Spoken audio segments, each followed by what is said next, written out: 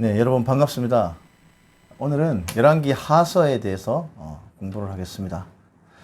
자, 우리 이제 학장로 교회가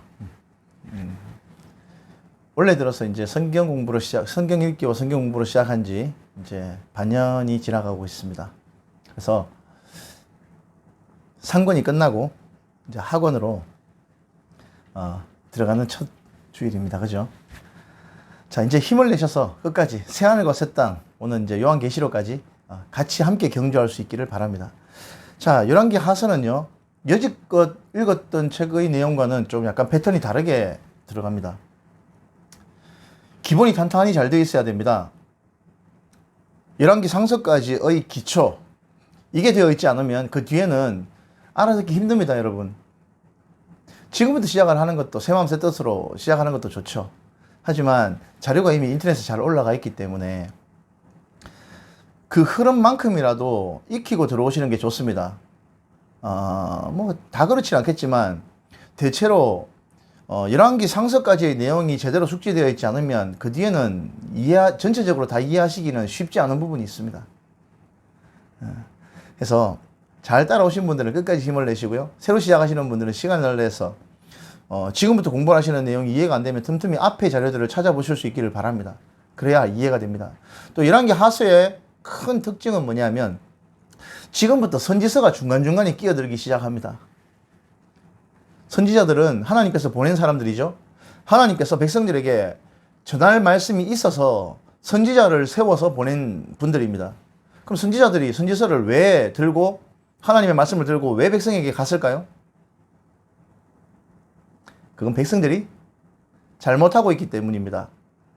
잘하고 있다면 하나님께서 그냥 복을 주실 겁니다. 하나님과의 관계가 변함없이 돈독할 것입니다. 하지만 선지자들이 왔다는 얘기는 뭡니까? 세상이 하나님 뜻대로 되어가고 있지 않다라는 것을 반증하는 것입니다. 여기에서 우리는 하나님의 심정을 이해하고 알려고 하는데 상당히 노력을 기울여야 합니다. 이걸 갖다가 그냥 성경책을 읽어 나가면요, 이거를 뭐 서두에도 말씀드렸죠. 제가 성경 공부처럼 뭐 하얀 거는 종이고 까만 거는 글자죠. 뭐 이해가 안 돼요. 이걸 100번 1000번 뭐 명함에도 뭐 성경 100도 200도 해야 되는데 무슨 소용이 있습니까? 못 알아듣는데. 알아듣는 게 중요합니다. 한 번을 읽어도요. 지금부터는 알아들어야 됩니다. 알아듣는다는 것이 선지자들이 와서 하는 말이 무슨 내용인지를 알아들어야 된다는 내용이고요. 그걸 알려면 오경을 제대로 알아야 되고, 오경을 통해서 율법을 제대로 알아야 되고, 그 율법을 통해서 바탕으로 백성들의 삶이 그 하나님과 언약한 대로 잘 되고 있는지를 알아야 됩니다. 그게 역사서죠. 자, 그래서 역사서 공부를 잘 해야 예언서를 이해할 수 있습니다. 이 뒤로는 분량 대부분이 역사서라기보다는 예언서로 이루어져 있습니다. 이사야서 66장까지 있어요. 되게 두꺼워요. 예레미야서, 에스겔서, 다니엘서 전부 예언서입니다. 예언서. 그 예언이 왜 나왔을까요? 그걸 알려고 하면 역사를 똑바로 알아야지 이해가 된다라는 얘기입니다. 아시겠죠? 자, 그래서 역사서를 잘 공부해야 예언서를 이해할 수 있다. 이제 우리 후반부에 구약에 남아있는 것은 대부분 역사의 내용도 있지만 대부분 예언서의 내용들입니다. 자, 요즘 유념을 하시고 공부에 들어가겠습니다. 먼저 열왕기 하서의 개요를 보겠습니다. 크게 두 파트로 나눠집니다. 자, 17장까지, 1장부터 17장까지의 내용은 왕국이 분열된 왕국에서 일어나는 일들입니다. 그리고 18장에서 25장 마지막 절까지는요, 남왕국 유다의 내용입니다. 왜냐? 17장 마지막에 북왕국 이스라엘이 먼저 아수르에 의해서 멸망합니다. 그래서 역사가 끝나죠. 그래서 18장부터는요, 남왕국 유다에 대한 내용만 계속 연결이 됩니다. 그 중간중간에 앞서 말씀드렸듯이 예언서가 중간중간에 들어갑니다. 예언서가. 선지자들이, 예언자들이 하나님의 말씀을 듣고 백성들에게 계속 전하는 장면이 나오죠. 대부분 잘못하고 있기 때문에 지적하는 내용입니다. 그래서 너희들이 이렇게 하면 멸망할 것이야. 이렇게 하면 약속대로 처절한 멸망을 맛볼 것이야. 이런 얘기를 계속 하는 겁니다. 너희들이 뭘 잘못하고 있고, 이렇게, 나하고 한 약속은 이건데, 너희들은 그 약속을 지키지 않고 있다는 얘기를 계속 지적하는 것이 예언서입니다. 자, 그 점을 유념하시고. 자, 지금은요, 열왕기 하서는요, 열왕기 상서는 어디에서 끝납니까, 여러분? 예. 북왕국의 아합 왕이 전쟁에서 전사하면서 끝나죠. 자, 북왕국의 역사를 주로 이제 쭉 다루게 되는데요. 북왕국은 이제 그 열왕기 상서는 북왕국의 왕 아합이 죽으면서 끝납니다. 자, 여기 자, 왕조의 도표를 한번 보시면요. 6대 오므리 왕부터 9대 요람까지, 그러니까 오므리, 아합, 아하시아, 요람, 요까지가 오므리 왕조입니다. 왜 왕조라는 게 뭡니까? 그 혈통으로 한 혈통이 계속 왕으로 이어오는 것을 왕조라 그러죠. 조선 왕조. 조선은 이성계가 세운 이성계의 후손들이 계속 왕이 되어서 나라가 이루어졌던, 뭐 일본 사람들은 그 좋은 말은 아닌데 이시조선이라 그러죠. 이시조선은 뭐 우리나라 사람들이 할 수 있는 말은 아닌 것 같아요. 이렇게 좋은 말은 아니기 때문에 그냥 조선입니다. 우리는요. 조선 왕조 그런 거죠. 뭐 고려는 왕씨, 고려 왕조 이런 식으로 이어지는 겁니다. 그래서 지금 여기도 보면 계속 북왕국은 쿠데타로 몇 번의 정변이 일어나는 8번의 쿠데타가 일어난다고 제가 말씀드렸죠. 그 중에서 이 오므리라는 사람이 왕이 되고 쿠데타로 왕이 되고 난 다음에 그 아들 아합, 아하시아, 요람 요까지 4명의 왕이 오므리 왕조라 그럽니다. 자, 오늘 이 시간에는요 10장까지 볼 건데 오므리 왕조가 완전히 몰락하는 것까지 보게 될 겁니다. 자, 북왕국의 오므리 왕조가 통치하는 시기였다면 남왕국은 여호사밧, 여호람, 아하시아 이 3명의 왕이 통치를 하는 시기와 겹칩니다. 우리가 역사서 공부를 하면서 이제 이 열왕기상 하서를 공부하면서 제일 헷갈리는 부분이 뭐냐면 왕 이름이 똑같은 왕이 북왕국에도 있고 남왕국에도 막 있어요. 심지어 같은 시기에 막 통치를 해요. 오늘도 마찬가지입니다. 뒤에 요람이라고 되어 있는데 요람이나 여호람이나 같은 말입니다. 헷갈리지 말라고 이렇게 구분해 놓은 것 같은, 성경에도 뭐 요람이라고도 쓰여 있고 여호람이라고 쓰여 있는데 원서에 보면 그냥 요람이나 같은 말입니다. 같은 이름입니다. 자, 그래서 이스라엘 북왕국 이스라엘의 9대 왕이 요람이고요. 남왕국 유다의 5대 왕도 여호람. 같은 이름이죠. 같은 시기 통치에 겹치기도 합니다. 실제로 보면은 우리나라에 좀 많은 이름이 뭐 옛날에 철수? 그리고 뭐 이름들을 되게 많죠. 비슷한 이름들, 같은 이름들이 많은데 이때도 마찬가지였습니다. 자, 요렇게 보도록 하겠습니다. 요 시대가 겹치는데 이때 선지자가 유명한 선지자는 엘리야와 엘리사의 활동 시기였습니다. 지난 시간에도 엘리야에 대한 내용을 우리가 봤죠.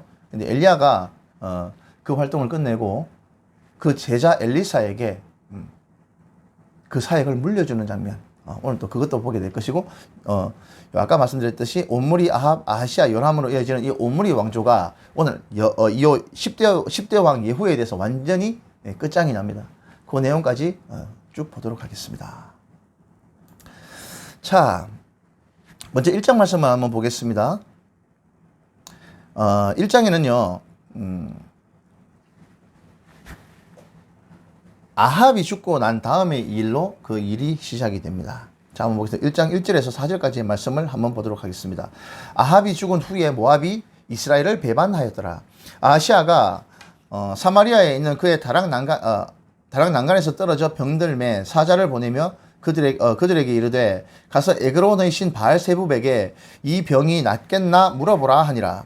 여호와의 사자가 디셉 사람 엘리야에게 이르되 너는 일어나 올라가서 사마리아의 왕의 사자를 만나 그에게 이르기를 이스라엘에 하나님이 없어서 너희가 에그론의 신 바알세붑에게 물으러 가느냐. 그러므로 여호와의 말씀이 네가 올라간 침상에서 내려오지 못할지라 네가 반드시 죽으리라 하셨다 하라. 엘리야가 이에 가니라. 자, 1장에 보면요, 아합이 죽은 후에 아합의 아들 아하시아가 왕이 됩니다. 근데요, 이 아합, 아하시아, 여호람 이 세 왕은요, 어찌 보면은 그렇게 사람 자체로 악했다라고 평가하기는 어렵습니다. 그런데 왜 아합이 제일 악한 왕으로 묘사가 될까요? 우유부단했고 그 통치에 있어서 가장 악한 여자였던 이세벨이 요즘 아합, 아하시아, 여호람 이 세 왕이 통치하는 동안 그 뒤에 누가 있었습니까? 예. 수렴청정 하듯이 이세벨이 뒤에 떡하니 버티고 있었던 거예요. 사실은 이세벨의 나라였습니다. 이 당시는요. 이세벨이 통치하는 시기였다. 이런 얘기입니다. 그러니까 이 세 왕이 진짜 분별력이 없는 거예요. 시키면 시키는 대로 할 수밖에 없었던 거였어요. 그죠? 왜? 이세벨이 마음대로 쥐 흔들고 있었으니까. 자, 아합이 죽은 후에 모압이 이스라엘을 배반했다. 이건 무슨 얘기냐면 당시 아합은 정치를 되게 잘했습니다. 그 아람이라고 그 위에 지금 뭐 중국 비슷하게 되게 큰 나라가 있었는데 여기에는 뭐 이스라엘이 조공도 바치고 복종을 했습니다. 하지만 그 주변 나라 모압과 무슨 그 뒤에 에돔 이런 나라들은요 이스라엘이 조공을 받고 통치를 하고 있었습니다. 그러니까 지배국이었죠 이스라엘이. 그런데 이스라엘에게 그 모압이 조공을 바치고 이러다가 배신을 했다라는 내용으로 시작합니다. 이때 아시아가 그 사마리아에 있는 그의 다락에서 난간에 기대고 있다가 떨어졌습니다. 난간이 지금처럼 튼튼하지가 않았던 것 같습니다. 떨어져서 병이 들었는데, 자 보시죠. 병이 들어가지고 못 일어나니까 어떻게? 에그론의 신 바알세붑에게 가서 자기가 낫겠는지 안 낫겠는지 물어보라 그럽니다. 에그론이 어딥니까 여러분? 블레셋 땅입니다. 블레셋의 5 성읍 중에 한 군데인데요. 바알세붑이라고 하면요. 바알은 왕이라는 뜻이고요. 세붑은 파리입니다. 파리왕. 그리고 실제로 뭐 되게 불쾌하게 입에 담기가 좀 그런데 그 똥을 의미하기도 합니다. 사람의 그 인분. 똥을 의미하기도 하는데 이게 똥파리 신이에요. 이거는 뭐 바알세붑을 섬기는 것은요. 뭐 파리가 굉장히 많았기 때문에 그 파리를 갖다 제어하고 싶었던 마음으로 파리를 신으로 만들었는지는 모르겠습니다. 근데 이스라엘의 왕이 자기가 병들었다고 이걸 낫겠는지 안 낫겠는지 에그론의 신 바알세붑 똥파리 신한테 가서 물어보고 오랍니다. 자기 신하에게. 이 말이 하나님께서 보시고 기가 막혀가지고 어떻게 합니까? 엘리야를 보내시죠. 이스라엘에 하나님이 없어서 네가 에그론에까지 가서 그 똥파리 신한테 네가 낫겠는지 안 낫겠는지 물어보러 가냐? 기가 차실 거 아닙니까? 하나님께서.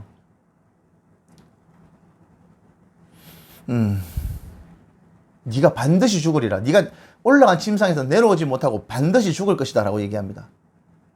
그러니까 에그론으로 가던 아시아의 사신들이 그 얘기를 듣고 돌아갑니다. 왕한테. 너 왜 벌써 돌아왔어? 벌써 물어봤어? 하니까 아니요. 가는 길에 웬 사람이 만나가지고 이렇게 얘기를 하던데요. 하니까 아시아가 그 생김새가 어떻더노? 하니까 뭐 털이 되게 많고 뭐 이렇게 생겼던데요. 하니까 그러면 분명히 그 사람은 엘리야다. 디스 사람 엘리야다. 그 아시아가 하나님의 선지자 엘리야가 두 눈 시퍼렇게 활동하고 있는지 뻔히 알고 있었다는 얘기입니다. 그럼에도 불구하고 자기의 병이 낫겠는지 안 낫겠는지 누구에게 갔다고요? 에그론 그 똥파리 신한테 물어보러 갔다. 하는 꼬라지가 이렇습니다. 악하진 않았지만 하는 짓이 이랬다는 얘기입니다. 그러니까 아시아가 사람을 보냅니다. 그 장교 1명하고 50명을 보내서 50부장 1명을 보내서 야 그 엘리야 좀 데리고 와라 갑니다. 그러니까 이 50부장이 가가지고 가니까 이제 엘리야가 저 산 위에 갈멜산 위에 앉아 있었죠. 앉아 있으니까 저 산 밑에서 부릅니다. 하나님의 사람이여 왕이 좀 보자하던데 빨리 내려오라 하던데요. 빨리 내려오이소 하면서 얘기합니다. 예의도 없고 이거 진짜 사람을 갖다가 동네에 뭐 진짜 누구 부르듯이 이렇게 막 함부로 불러대는 거예요.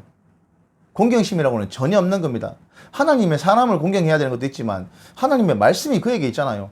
그러면 예를 취해야 되는데 예를 취하지 않고 이렇게 했다는 겁니다. 그러니까 산 위에 앉아있던 엘리야가 뭐냐면 내가 진짜 네 말대로 하나님의 사람이라면 하늘에서 불이 떨어져가지고 너와 너 50명을 불사르리라 하니까 말이 마치자마자 하늘에서 불이 떨어져가지고 그 50명 다 살려 죽여버렸어요. 자, 시간이 지나도 안 오니까 아시아가 다시 사람을 보냅니다. 50부장 1명하고 또 50명을 보냅니다. 산 밑에 내려가서 다시 보낸 이 장교가 얘기합니다. 하나님의 사람이여 왕이 속히 좀 보자 하던데요 하니까 하늘에서 속히 불이 내려와가지고 다 태워주고 해버렸습니다. 세 번째 다시 보냅니다. 다시 보내는데 요번에 간 50부장은 조금 똑똑한 사람이었던가 봐요. 가가지고 산에 올라가가지고 엎드려서 사정을 합니다. 하나님의 사람이요. 당신이 앞선 50명을 다 불태워 죽인 것을 내가 들었습니다. 그러니 저와 이 50명의 생명을 귀하게 여겨주십시오라고 사정을 합니다. 그러니까 하나님의 말씀이 떨어지죠. 가봐라. 그래서 갑니다. 가서 하는 얘기는 뻔하죠 뭐. 아까 했던 그 얘기 그대로입니다. 이스라엘에 하나님이 없어서 네가 에그론의 신 바알세부백에 가서 물으러 갔느냐. 네가 네 침상에서 내려오지 못하리라. 반드시 죽으리라. 그 얘기합니다. 그리고 어떻게 됐다고요? 그렇게 죽습니다. 그렇게 아합의 아들이었던 아시아가 죽습니다. 근데 이 아시아가 자식이 없이 죽어버렸어요. 자식이 없이 죽었으니까 그의 동생이 그 뒤를 이어 왕으로 이음을 받습니다. 그게 누구냐면 요람입니다. 요람. 요람은요, 성경 말씀을 볼 때 좀 이따 얘기할게요. 이제 순서대로 한번 봐야 되니까요. 자, 그까지 해서 아시아가 죽고 그의 동생인 요람이 왕이 된다라는 것이 1장까지의 내용이었습니다. 2장은요, 엘리야에 대한 이야기입니다. 자, 엘리야가 이제 사역을 다 끝내고 그때 뭐라 그랬습니까? 호렙산까지 도망갔다가 다시 돌아와가지고 하나님께서 지시하시는 일을 수행하지 않습니까? 그렇게 하면서 생도들을 키우는 일을 했습니다. 성경에는 그 뒤에 엘리야의 행적이 또 끊겨 있습니다만 선지자들이 생도를 키웠다. 지금은 신학생들이죠. 키웠다, 길렀다라는 내용이 나옵니다. 자, 2장 1절 말씀 보겠습니다. 여호와께서 회오리 바람으로 엘리야를 하늘로 올리고자 하실 때에 엘리야가 엘리사와 더불어 길갈에서 나가더니, 자, 엘리야가 곧 하나님의 부름을 받아서 회오리 바람으로 하늘로 불려 올라갈 것이라는 것을 엘리야도 알고 엘리사도 알고 하나님의 생도들이 다 알고 있었습니다. 어떻게 알았는지는 모릅니다. 하지만 다 알고 있을 만큼 이미 다 알려져 있었습니다. 곧 엘리야가 하늘로 불려 올라갈 것이다. 자, 그래서 엘리야가 자기의 사환으로 데리고 있던 엘리사를 데리고 움직입니다. 자, 지금은요, 길갈에서 이제 움직이는데, 길갈에서 움직일 때, 엘리사 보고 너 여기 좀 그냥 있어라 하니까 엘리사가 여호와의 사심을 두고, 당신의 사심을 두고 맹세하노니 내가 결코 당신을 떠나지 않겠습니다. 라고 하면서 따라 놨습니다. 그러니까 생도들이 우르르 몰려와가지고 엘리사에게 얘기하죠. 당신 선생님이 이제 곧 하나님 앞에 불려 올라갈 건데, 그러면 당신은 닭 쫓던 개처럼 아무것도 안 남습니다. 이게 나도 안다. 그 얘기를 듣고도 계속 엘리야를 따라다닙니다. 3번이나 돌려보내려고 그럽니다. 엘리야가 엘리사를. 그러니까 엘리사가 은근히 따라오나 안 따라오나 테스트를 했던 것 같아요. 엘리야가 끝까지 따라놨습니다. 여호와의 사심과 당신의 이름을 두고 맹세하노니 내가 당신을 절대로 떠나지 않겠습니다. 그렇게 요단까지 갑니다. 요단까지 가서 요단강을 엘리야가 외투를 벗어가지고 물을 치니까 물이 갈라졌습니다. 이리저리 갈라지니까 그걸 마른 땅처럼 둘이 지나갔습니다. 지나가가지고 따라가니까 엘리야가 엘리사에게 묻습니다. 너 계속 따라오는데 내가 하나님께서 너를 불러가시면 내가 네 요청을 들을 수가 없어. 너 뭘 원하느냐 하니까 엘리사가 얘기하죠. 당신의 영감에 갑절을 주십시오. 당신의 영감에 갑절을 주십시오라고 얘기합니다. 자, 엘리야의 영감에 갑절을 달라 이 얘기를 두고요. 갑절을 달라는 것이 사실은 꼭 그 영감의 2배를 달라는 게 아니고 장자의 명분을 주십시오. 이렇게 설교하는 설교를 제가 많이 들었습니다. 부흥 강사님들도 그렇게 설교하고. 아닙니다. 진짜로 2배를 얘기한 거예요. 실제로 엘리사가 하는 일을 보면요. 엘리야는 실제로 보면 하늘에서 불이 내려가지고 사람을 죽이고 갈멜산에서 그냥 대결해가지고 불로 내가지고 불로 막 떨어져가지고 죽이고 이런 일을 하지 않습니까? 근데 그렇게 전도했다는 얘기는 많이 안 나와요. 근데 엘리사의 사역은 보시면 아시겠지만 엘리야하고는 많이 다릅니다. 구원의 사역들을 이제 손수 실천하는 것이 엘리사인데요. 배를 달라고 합니다. 갑절. 진짜로 갑절을 좀 달라고 합니다. 좋다. 그러면 하나님께서 나를 데리고 올라가는 그 모습을 네가 직접 목격한다면 그 일이 이루어질 것이다 라고 합니다.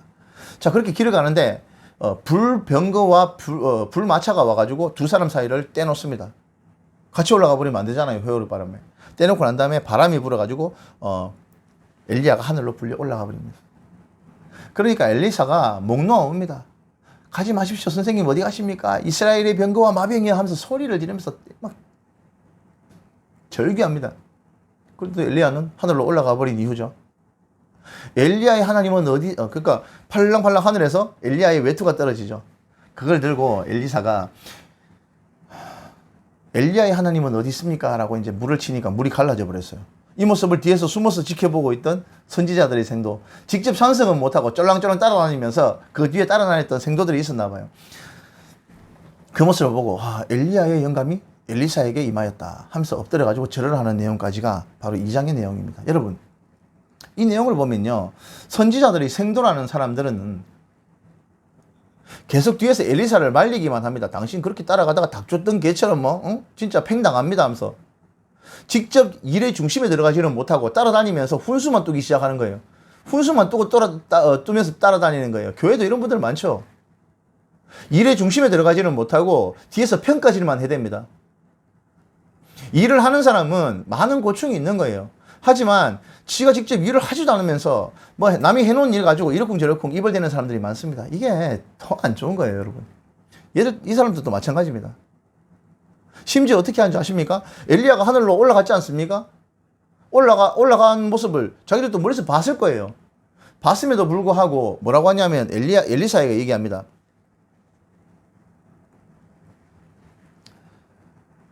자, 하나님께서 엘리야를 회오리 바람으로 올라가다가 저기 산이나 골짜기에 던져버렸을 수도 있다. 가서 엘리야의 시체를 찾으러 가게 좀 해달라 그럽니다.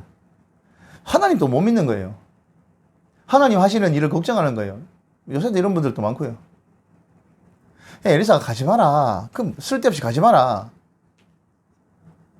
하는데도 부끄럽기까지 간청을 해가지고 부끄러워할 만큼 간청을 해가지고 마지못해 승낙을 합니다. 3일 동안 계속 찾아봐도 밤낮 찾아봐도 있습니까 어디? 그러니까 돌아온 사람들에게 엘리사가 얘기합니다. 내가 얘기했지 가지 마라 그랬잖아. 이렇게 하나님께서 하시는 일까지 걱정을 해대는 사람들도 있어요. 이 훈수질하는 사람들. 일의 중심에 들어가서 팔 걷어붙이고 일에 동참하지는 못할 망정 뒤에서 입만 가지고 사역을 하는 사람들이 많아요. 자, 그렇게 되면 안 될 거 아닙니까? 그죠? 이런 사람들은 예나 지금이나 여전히 교회 안에 많이 존재하는 것 같아요. 우리 학장님 교회는 그런 분들이 없습니다만 우리가 팔을 걷어붙이고 하나님의 일에 할 때 직접 동참을 하는 그런 저와 여러분들이 되시길 바랍니다. 그래서 3장에 보면 이제 이 엘리사가 엘리야의 뒤를 이어서 선지자의 사역을 물려받았다라는 내용까지 보았고요.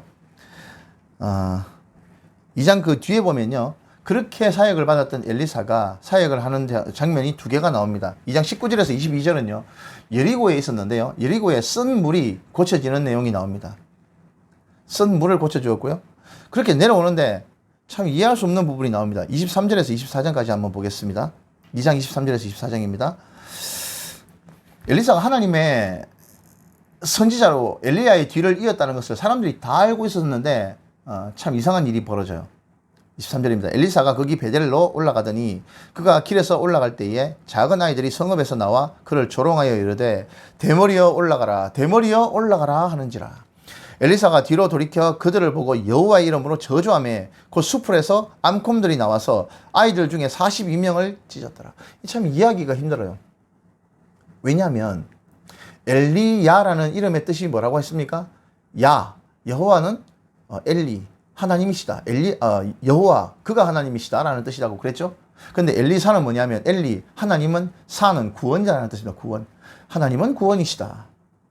엘리사의 사역은요 전부 다 구원에 초점이 맞춰져 있습니다. 구원에 초점이 맞춰져 있는데요. 오늘 이런 일이 벌어진 거예요. 하나님의 선지자들을 애들이 어떻게 교육을 받았는지 가가지고 뭐 대머리가 올라가라 대머리가 이렇게 모독을 한 거예요. 그러니까 신약 시대를 살고 있는 우리는요 이해가 좀 안 되죠. 그래도 아들인데 용서해줘야 될 거 아닌가 얘기하는데 이래서 뒤를 돌아오면서 저주를 하니까 수풀에서 암콤 2마리가 나와가지고 42명이나 애들을 찢어주겠다고 되어 있습니다. 저희는 여기에 크게 보탤 말이 없습니다. 어떻게 해석을 해야 될지. 이런 일이 실제로 있었다라고 합니다. 자, 여기에서 우리가 한 가지 보아야 될 것이 있습니다. 엘리사라는 이름의 뜻이 하나님은 구원이시다라는 뜻이라고 말씀드렸죠. 구원이 뭡니까, 여러분? 구원이 뭘까요? 어떤 어려운 상황이나 긴박한 상황에서 해방되어지고 상황이 벗어났다라는 뜻인데요. 신약 시대를 살고 있는 우리는 구원이라고 하면 죄로 인해 죽을 수밖에 없는 우리를 예수 그리스도의 그 크신 은혜로 우리 죄를 대신 사하여 주셨고 그로 말미암아 우리가 하나님 앞으로 갈 수 있게 되었다. 하나님의 나라에 갈 수 있게 되었다. 라는 것이 구원이죠. 죄로부터 우리를 우리의 죄에서 건져 주셨다. 우리 스스로 해결할 수 없었던, 죽을 수밖에 없었던 우리를 그 죄에서 건져 주셨다라는 것이 구원이라고 우리는 알고 있습니다. 그게 맞고요. 한데 이 구약 시대 당시에는 구원이라고 하는 것은 외적으로부터 구해주는 것을 구원이라고 했습니다. 어려움으로부터 구해주는 것을 구원이라고 했습니다. 지금도 마찬가지입니다. 빛에 허덕이는 사람은 빛으로부터 구원을 받는 것, 빛이 다 없어지는 것을, 누가 대신 갚아주는 것을 구원이라고 합니다. 병에 걸린 사람은요, 그 병이 완전히 다 고쳐져서 건강하게 되는 것을 병으로부터 구원받았다라고 할 수 있습니다. 누구에게 쫓기거나 위협을 받는 사람이 있다면 그 위협이 없어짐으로 인해서 이제 편안한 삶으로 돌아갈 수 있게 된 것을 구원이라고도 합니다. 구원이라는 것이 일반적으로 너무 제한적으로 우리가 영혼의 구원, 그 하나만을 놓고 제한적으로 생각을 하는데 실제로 구원이라는 단어는 원래는 되게 광범위한 단어였다는 것을 이해하시기 바랍니다. 오늘 그 구원이라는 단어의 뜻을 알아야 엘리사의 사역을 이해하실 수가 있습니다. 엘리사의 사역은요, 아까도 말씀드렸죠. 아하시야, 여호람 계속 이어져서 사역을 하면서 계속 하나님의 구원을 그 왕들에게 보여줍니다. 큰 일들이 많아요. 그럼에도 불구하고 이 왕들이 끝내 깨닫지 못하고 하나님 앞으로 돌아오지 않는 그런 일이 벌어지는 거예요. 자, 이 모습을 보고 하나님의 심정은 어땠을까를 계속 생각해낼 수 있어야 됩니다. 그래야 예언서가 이해가 되는 거예요. 자, 3장 1절에는 이스라엘의 왕 여호람에 대해서 나옵니다. 1절입니다. 1절에서 3절까지입니다. 유다의 여호사밧 왕 18째 해에 아합의 아들 여호람이 사마리아에서 이스라엘을 12해 동안 다스리니라. 그가 여호와 보시기에 악을 행하였으나 그의 부모와 같이 하지는 아니하였으니 이는 그가 그의 아버지가 만든 바알의 주상을 없이 하였음이라. 그러나 그가 느바스의 아들 여로보암이 이스라엘에게 범하게 한 그 죄를 따라 행하고 떠나지 아니하였더라. 자, 이 여호람은요, 그나마 어머니가 이세벨임에도 불구하고 왕이 되자마자 아버지가 세웠던 그 우상들을 철폐합니다. 주상이 뭐냐면 기둥주자에 우상상자, 그러니까 기둥에 만들어 놓은 우상을 주상이라고 부릅니다. 그걸 다 철폐했다고 되어 있습니다. 나름대로 자기가 소신껏 한 행동인 것 같아요. 그런데 느바스의 아들 여로보암이 한 죄, 이건 뭡니까? 베델과 그 북쪽 단에다가 금송아지 만들고 금송아지 섬긴 겁니다. 이거는요, 종교적인 의미도 있지만 정치적인 의미도 상당히 컸던 것 같습니다. 느바스의 아들 여로보암이 왜 금송아지 2개를 만들어서 섬기게 만들었습니까? 이유는 종교적인 의미도 있었지만 백성들이 자꾸 예루살렘으로 넘어가서 제사를 드리니까. 왜냐하면 하나님의 성전이 예루살렘에 있으니까. 그건 못하게 하려고 베델과 단에 금송아지 단을 쌓고 거기서 하나님을 섬기라고 하면서 금송아지를 섬기게 만들었던 거예요. 이 우상숭배였죠. 북왕국 이스라엘이 처음부터 끝까지 버리지 못한 죄입니다, 이게. 이건 정치적인 목적도 굉장히 컸다라는 것을 말씀드리는 겁니다. 백성들이 남왕국에 있는 예루살렘으로 못 넘어가게 하기 위해서. 그래서 이 여호람도 그거는 없앴는데 다른 거 우상은 다 없앴지만 단과 베델에 있었던 금송아지는 없애지 않았다라고 되어 있습니다. 그나마 이 세 왕은요, 악하긴 악했는데 그렇게까지 악했다라고 말하기는 힘든 사람이었어요. 그런데 그 뒤에 다시 말씀드리지만 이세벨이라는 그 악독한 여자가 수렴청정을 하고 있었기 때문에 나라가 이 모양이 육고라지였습니다. 자, 그렇게 3장 4절에 전쟁이 벌어지는 장면이 나오는데요. 자, 모압이라는 나라가 이스라엘을 배반했다라고 말씀을 드렸죠.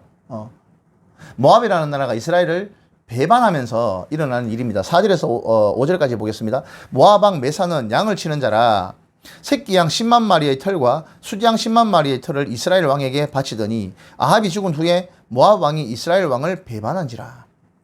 아까 1장 1절에서 나왔던 내용 그대로 이어지는 부분입니다. 카메라가 여기도 갔다가 저기도 갔다가 하는 겁니다. 계속 같은 시간에 여기도 찍고 저기도 찍고 하는 것으로 이해를 하시면 됩니다. 이때 여호람 왕이 길이 그 요단강을 건너서 모압을 징벌하러 가는 일도 방법도 있었겠지만 남쪽 유다를 통해서 그 밑에 사해 밑으로 돌아가는 길도 있었습니다. 돌아가는 길에는 누구의 협조를 받아야 됩니까? 예, 남왕국 유다 왕 여호사밧의 협조를 받아야 됩니다. 그리고 돌아가는 길에 누가 있는지 아십니까? 에돔이라는 나라가 있습니다. 에돔 왕의 협조도 받아야 돼요. 그래서 이 세 왕이 연합해 가지고 모압을 징벌하러 갑니다. 근데 이때는요, 비가 나가지고 가뭄으로 굉장히 나라가 힘든 시기였거든요. 그렇게 군사를 일으켜서 같이 갈래 하니까 이스라엘 남왕국 여호사밧 왕이 예, 같이 가겠습니다 해가지고 같이 따라 나서요. 그렇게 따라 나서면서 가는 길인데 일주일쯤 행군을 해가니까 물이 없어가지고 병사고 말이고 전부 다 너무 더 이상 갈 수 없는 지경까지 이르렀습니다. 그렇게 하니까 이 요람 왕이 지가 군사를 일으켜놓고 이런 이제 물이 없어가지고 진짜 힘든 시기에 맡으니까 뭐라고 하는지 아십니까? 3장 10절 한번 보겠습니다. 이스라엘 왕이 이르되 슬프다 여호와께서 이 세 왕을 불러 모압의 손에 넘기려 하는도다. 지가 군사 일으켜놓고 상황이 어려우니까 누구를 원망합니까? 하나님께서 우리를 이 모양 이 꼴로 만들어놨다라고 원망을 합니다. 여러분, 하나님께서 주시는 것으로 사람이 받아가지고 감사하기는 참 희귀한 일인데 사람들이 하나님을 원망하는 것은 쉽게 잘합니다. 억하면 쉽게 하나님을 원망해버려요. 지금도 마찬가지예요. 쥐가 잘못해놓고. 그러니까 여호사밧이 얘기를 하죠. 11절입니다. 여호사밧이 이르되 우리가 여호와께 물을 만한 여호와의 선지자가 여기 없느냐 하는지라. 이스라엘 왕이 신하들 중에 한 사람이 대답하여 이르되 전에 엘리야의 손에 물을 붓던 사밧의 아들 엘리사가 여기 있나이다. 엘리야의 손에 물을 붓던 사람, 엘리야의 손에 물을 붓던 사람이 굉장히 무시하는 얘기입니다. 굉장히 무시하는 이야기입니다. 대단히 무시하는 투로 그 엘리야의 그 종, 뭐 이 정도 수준밖에 안 되는 내용이에요. 이 얘기를 엘리사가 들었을까요? 예, 알았습니다. 그래, 그 얘기 하나님의 말이 있다 해가지고 왕들이 몰려가가지고 엘리사에게 묻습니다. 그러니까 엘리사가 기분이 나빠가지고 나와보지도 않아요. 내가 그래도 뒤를 이어서 하나님의 선지자로 직분을 수행하고 있는데 이 사람들이 나를 갖다가 한없이 무시하는 말을 했다는 것을 엘리사가 알았던 거예요. 엘리사가 너무 기분이 나빠가지고 여호람 왕에게 얘기합니다. 나 진짜 당신 얼굴 봐가지고는 나가기 싫은데 남한국의 여호사밧 왕 얼굴로 봐가지고 내가 나가는 거요 하면서. 근데 당신 얼굴은 꼴도 보기 싫은데 남한국의 여호사밧 왕 때문에 나간 거예요. 여호사밧은 그나마 정직하게 행했던 그래도 남한국 유다의 3대 성군 중에 한 명 아닙니까? 그 사람 얼굴 봐서 나가가지고 내가 얘기해 준다고. 그러면서 엘리사가 얘기합니다.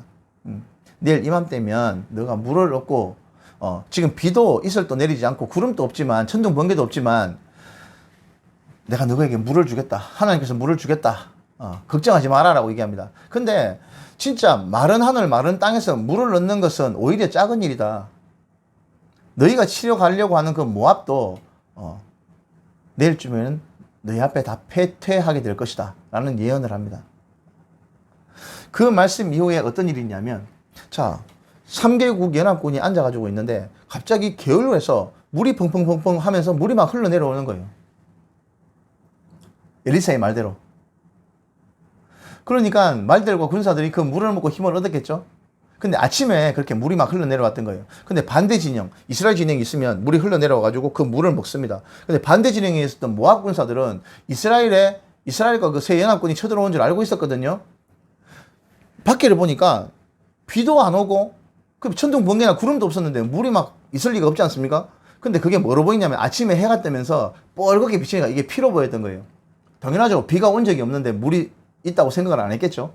그게 다 피로 보였던 겁니다. 그러니까 모압 진영에서 이거 저것끼리 싸우고 난리가 나가지고 이거 피가 이제 이거 흥건하게 넘칠 만큼 다 망했는갑다. 우리 가가지고 전리품 챙기러 가자 하면서 막 뛰어나옵니다.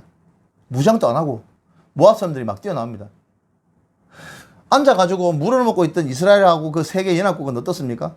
물을 먹고 있는데 앞에 보니까 무장도 안 한 모압 사람들이 막 맨몸으로 막 뛰어나오는 거예요.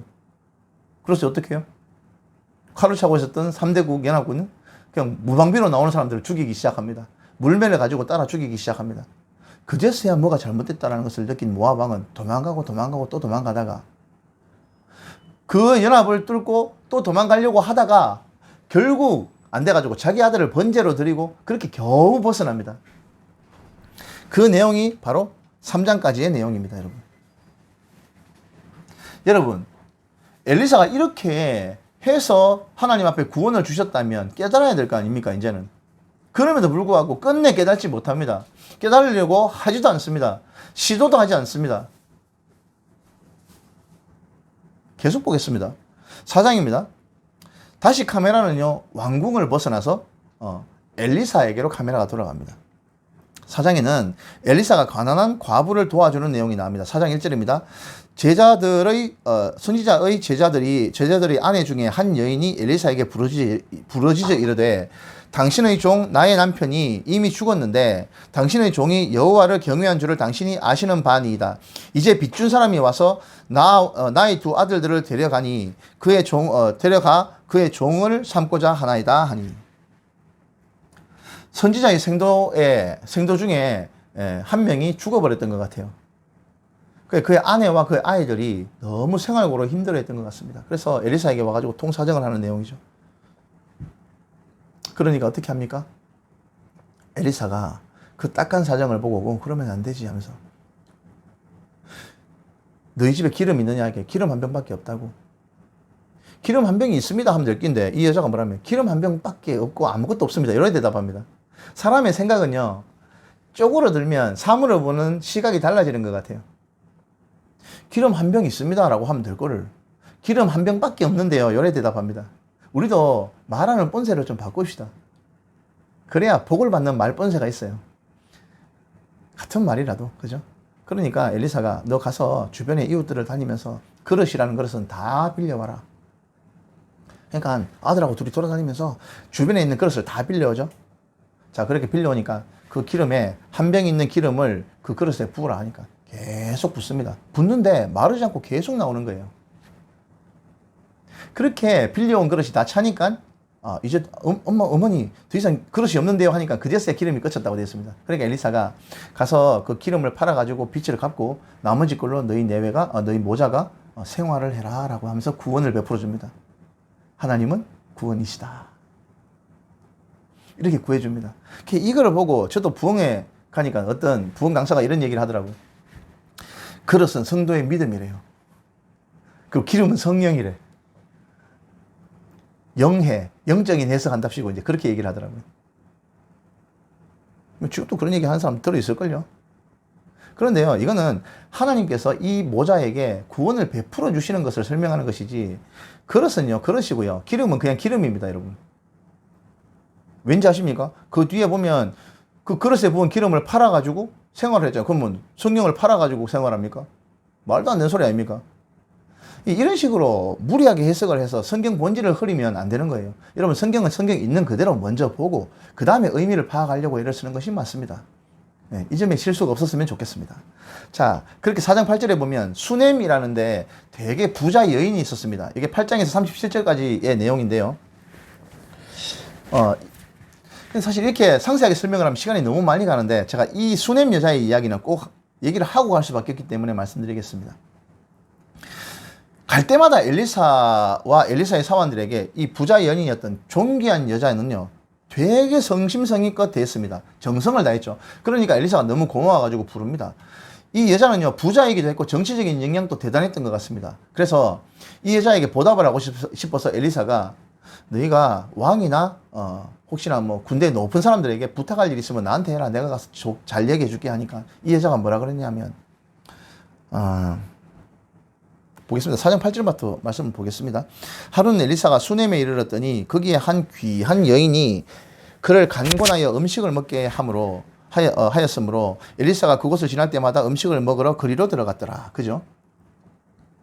자, 이렇게 잘 대접을 하는 사람이었습니다. 능력이 있으면요, 정말 사람을 잘 대접하는 것은 정말 덕을 쌓는 일인 것 같아요. 좋은 일이죠. 자, 그렇게 4장 13절입니다. 엘리사가 자기 사환에게 이르되 너는 그에게 이르라. 네가 이같이 우리를 위하여 세심한 배려를 하는도다. 내가 너를 위하여 무엇을 하랴? 왕에게나 사령관에게 무슨 구할 것이 있느냐 하니 여인이 이르되 나는 내 백성 중에 거주하나이다 하니라. 마지막에 여인이 이르되 나는 내 백성 중에 거주하나이다. 이 말은 뭐냐면 저는 그냥 이 백성 속에 거주하면서 그냥 지금처럼 편안하게 사는 것이 좋습니다. 딱히 더 부탁할 것도 없습니다. 욕심도 없습니다. 정말 인품이 훌륭한 여인이죠. 성경에서 소개하는 훌륭한 인품의 여인 중에서 좀 손꼽히는 여인 중에 한 명입니다. 이름도 안 나와 있지만 엘리야가 뭘 해주겠다 그러는데 거절합니다. 그냥 저는 좋아서 하는 일이기 때문에 뭘 받고 싶은 생각이 전혀 없습니다 라는 겸손한 마음을 보이죠. 그러니까 엘리사가 자기 사환 게하시에게 얘기를 하죠. 야, 네가 눈치가 빠르니까 가가지고 진짜 뭐가 필요한지 한번 알아봐라 하니까 게하씨가 얘기합니다. 아, 저 집에는 다 있는데 집도 있고 부자고 생활에 어려움도 없지만 자식이 없습니다. 그리고 그의 남편도 늙었습니다. 하니까 아, 그래? 불러봐라. 불러서 얘기합니다. 내가 내년 이맘때 당신에게 아들이 있을 것이다. 하니까 이 여자가 아이고 하나님의 사람이여, 사람 좀 그만 놀리십시오. 우리 남편도 늙었고 이런데 무슨 자식입니까? 그냥 날 속이지 마십시오. 얘기합니다. 근데 진짜로 한 해이 지나서 그 여자에게 아이가 생겼어요. 근데 성경은 이 진도가 너무 빨라요. 정말. 그래서 저도 설명하기가 너무 어려운데 이 태어난 아이가 무럭무럭 자랐나 봐요. 자라서 이제 들에서 이제 이게 아버지하고 같이 있는데 갑자기 아가 진짜 귀하게 태어난 아이 아닙니까? 근데 한 번은 아이고 머리야 내 머리야 하면서 머리가 아프다 그러대요. 그러니까 빨리 사원들에게 시켜가지고 애 엄마한테 데려다 줘라 하니까 애 엄마의 한테 가가지고 무릎을 베고 누워있던 애가 죽어버렸어요. 줬다가 뺏는 게 어디 있습니까? 그죠? 얼마나 억장이 무너졌겠습니까? 없으면 없는 대로 살았으면 될 것을. 부탁하지도 않은 아들을 낳겠다. 니한테 아들이 있을 것이라고 얘기해가지고 아들이 낳았는데 그 아가 크는 걸 보면서 얼마나 정성을 쏟았겠습니까? 부모가. 야, 안 봐도 뻔하니. 근데 성경은 한 줄로 끝나버려요. 너무 매정할 만큼 짧게 설명을 하고 있는 거예요. 그러니까 이 여자가 진보다리를 메고 사환에게 나귀를 준비하고 해가지고 급하게 누구에게 달려갑니까? 그 자리에서 일어나가지고 엘리사에게 달려갑니다. 급하게 달려갑니다. 뒤도 돌아보지 말고 달려가라. 그러니까 저 멀리서 보니까 엘리사가 누가 오는데 아, 그 여인이네요. 그냥 게하시에게 얘기합니다. 가서 무슨 일인지 물어봐라. 평안하냐 물어보라니까 예, 평안합니다. 대충 대답하고 막 달려와가지고 엘리사를 붙들고 막 늘어집니다. 하나님의 사람이여, 내가 언제 자식 달라 그랬습니까? 근데 나한테 왜 이런 고통을 주십니까? 하면서 막 통곡을 합니다. 그러니까 게하시가 떼내려고 그랬는데 아니 놔둬라. 이 일은 하나님께서 나한테도 보여주지 않으셨어. 나도 이게 무슨 일인지 도대체 모르겠어. 그래서 게하시에게 엘리사가 자기 막대기를 주면서 빨리 가가지고 그 아이 위에 올려놔 보라 그럽니다. 그리고 이제 여자에게 가라 그러는데 아닙니다. 당신이 안 가면 내 절대로 이거 못 놓습니다. 하면서 꼭 붙들고 꼼짝을 안 하는 거예요. 네, 알겠습니다. 네, 따라가겠습니다. 하면서 엘리사가 따라 나갑니다. 게하시가 먼저 가가지고 지팡이를 올려놔 봤는데 미동이 없죠. 엘리사가 가니까 자, 애만 놔두고 자기 2명 엘리사와 애만 남고 방을 다 비웁니다. 그렇게 해가지고 엘리사가 애 손에 자기 손을 대고 애 눈에 자기 눈을 맞추고 애 입에 자기 입을 맞추고 그렇게 하니까 애가 갑자기 기침을 하면서 깨어나기 시작합니다. 2번 왔다 갔다 하면서 그렇게 하니까. 성경에 보면 애가 깨어나면서 기침을 7번 했다라고 되어 있습니다. 또 이거 7번 기침했는 거 가지고 7번이 완전한 기침, 사람이 살아나는 완전한 숫자다. 저 그런 얘기 많이 들었습니다. 그럼 왜 여러분, 죽었던 애가 살아나면서 7번 기침했는데 왜 7번 기침했습니까? 7번 기침 나니까 기침했겠죠. 이런 해석들로 성경을 흐리면 안 된다라는 말씀을 드리고 있는 겁니다. 문맥 전체의 흐름을 보셔야 됩니다. 하나님의 은혜로 이 귀한 아이가 다시 살아났다. 결국 뭡니까? 하나님은 구원이시다. 그 얘기를 하는 겁니다. 이 이야기는 전부 다 이때 통치하고 있었던 왕들과 이웃들에게 유명한 사건이 되었습니다. 여러분, 지금도 죽었던 사람이 다시 살아나면 이거는 해외 토픽감 아닙니까? 그죠? 이때도 마찬가지예요. 죽었던 사람이 어떻게 살아납니까? 근데 죽었던 사람이 살아난 거예요. 그러니까 이거는 막 동네가 떠들썩할 만한 일이었던 거죠. 이 모든 구원, 하나님의 구원을 주변에 있었던 백성들도 다 보았던 것이죠. 여호와 그분이 하나님이시다. 그리고 그 하나님이 우리의 구원이시다 라는 것을 보여주고 계신 거예요. 그럼에도 불구하고 이스라엘 백성은요, 하던 대로 우상 숭배를 하면서 하나님 앞으로 돌아오지 않습니다. 회개를 하고 다시 레위기의 말씀 앞으로 돌아와서 하나님을 섬기는 대로 돌아와야 되는데 그렇게 하지 않는다는 거예요. 사람이 한번 아둔함에 빠지면요, 고치지를 못하는 것 같습니다. 돌이키지를 못하는 것 같아요. 자, 그 내용이 4장 27절까지의 말씀이었습니다. 4장